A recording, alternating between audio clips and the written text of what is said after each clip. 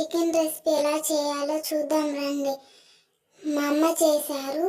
సింపుల్గా ఈజీగా ఎలా చేయాలనేది చూడండి. ఫస్ట్ కడాయి పెట్టుకొని దాంట్లో దాల్చిన చెక్క, లవంగం వేసుకొని, ఎర్రగడ్డ వేసుకొని దాన్ని బ్రౌన్ కలర్లో వచ్చేంత వరకు వేయించుకోవాలి. బ్రౌన్ కలర్లో వచ్చేంత వరకు ఎందుకు వేయించుకోవాలి, టేస్ట్ బాగుంటుంది, అందుకోసం అంతవరకు వేయించుకోవాలి.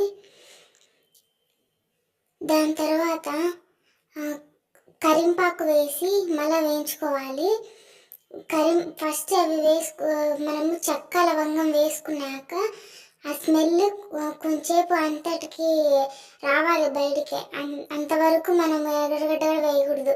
తర్వాత ఎర్రగడ్డ వేసి కరింపాకు వేసి వేయించుకుంటే తిరగబాతకి స్మెల్ బాగుంటుంది. కలర్ వేసి కూడా ఈ మాదిరి వేసుకోవచ్చు, వేసుకుంటే టేస్ట్ బాగా వస్తుంది, స్మెల్ కూడా బాగా వస్తుంది రైస్లో కానీ, లేకుంటే మనం ఏవైనా ఇట్లా వేసే పాటి వంటల్లో కానీ. తర్వాత టమోటా వేసేయాలి. హాఫ్ టమోటా వేయచ్చు, కానీ చిన్నటి కదా అందుకోసం. ఎందుకంటే టమోటా ఎక్కువ వేస్తే మళ్ళీ తీపి ఎక్కువ ఉంటుంది కదా. అది కూడా మెత్తగా గుజ్జు అవ్వాలి. గుజ్జు అయ్యేంత వరకు దాన్ని అట్లా వదిలేయాలి, మధ్యలో అట్లా కలబెడుతూ ఉండాలి. దాంట్లో మనం బిన్న అట్లా వేగాలంటే సాల్ట్ వేసేయచ్చు. మనము ఫస్ట్ చికెన్లో పెరుగు, కారం, ఉప్పు, పసుపు అన్నీ వేసి అట్లా కలిపి పక్కన పెట్టేసుకోవాలి. కడిగిన తర్వాత అట్లా పెట్టుకుంటే టేస్ట్ బాగుంటుందంట. నాకు తెలీదు, నేను తినను, మా అమ్మ చేశారు ఇది. అట్లా పెట్టుకుంటే బాగుంటుంది అని చెప్పారు.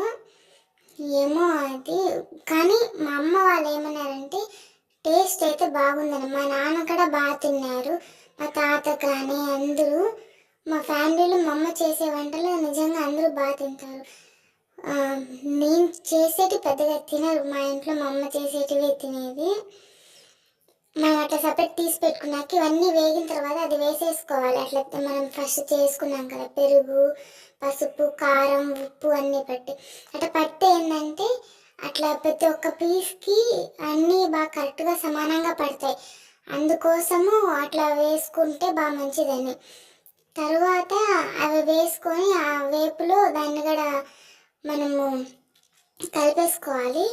కొద్దిసేపు అట్లనే మగ్గనివ్వాలి. ఎందుకోసం అంటే కొంచెం ఉడికిన తర్వాత మనం మసాలా వేసుకుంటాం. ఆ మసాలా ఏంటంటే చెప్పలేదు నేను దీంట్లో వీడియోలో, కానీ మిరప్పొడి, ధనియాల పొడి, ఎర్రగడ్డ, తెల్లగడ్డ అన్నీ వేసి చికెన్ మసాలా కూడా అట్లా మిక్సీ పట్టేసాము. మిక్సీ పట్టి దాన్ని దీంట్లో వేస్తే టేస్ట్ బాగుంటుందని. సేమ్ ఇదే ప్రాసెస్ మనం నూనె వంకాయ కూడా వేసుకోవచ్చు. దాన్ని వేసి ఒకసారి కలబెట్టేసేయాలి.